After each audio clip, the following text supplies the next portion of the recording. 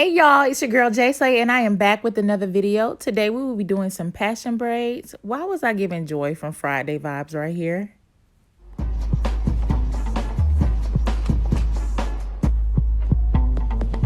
All right, now that I'm done playing around with the girls, these are some of the items I'll be using. Some Shine Jam, extra hold. So for 8 to get that scalp together, honey, while I have these braids in. I'll be using some coconut oil in the hair conditioner. It's more like a grease form. And then the coconut oil itself. A rat tooth comb, an edge brush, and I'll be using the 3 times Freetress pre-stretch braiding hair in the color 2. My hair is more brown than it is dark or black, so I'll be using the 2. And I'll be using the 2 in the Freetress braid Waterwave hair as well. And y'all, this is like a hot commodity in the hair beauty supply store because I can barely find Waterwave. Anyway, so I've already completed most of my hair and I left out 2 at the top. So I pinched out some braiding hair in about this size and I keep it that small to start off, and then I start combining 2 at a time to make it a little bit thicker. I'm going to use that Waterwave Freetress hair and split it down the middle like so. And I'm going to leave the ends as is. I just want to split it down the middle a little bit to give me a little bit more fanned out texture, and I'll leave the texture as is at the bottom. So I'm just taking the plait I already had. Y'all, I recorded this video before and the footage was just trash, so I had to re-record. I'm taking some of that Shine Jam extra hold, and I'm just going to put that down on the plait itself and use that edge brush to kind of just tame it all together and just make it a little bit more slick.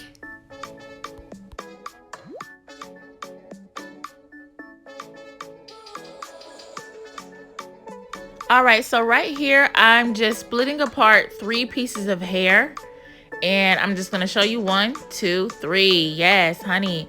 All right, so once you have your 3 sections, you're gonna start creating a plait, and you're gonna leave your fingers in a pinch form right here in this freeze frame, and you're gonna grab that hair with those pinch fingers and then pull the other free braiding hair to the side. All right, now I'm real finicky about it. If I don't feel the spirit in my hands, I will start over. I know, I'm funny acting. So I'm gonna redo that because my spirit said no.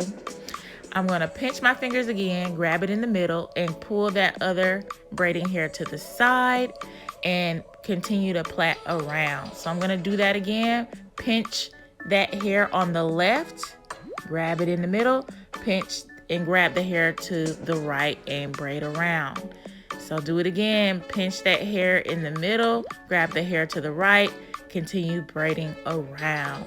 So this is considered feed in or feed in braids. So you started off kind of like a feed in, and you continuously do that, and you'll just keep going until you've added enough hair where you feel like it's thick enough.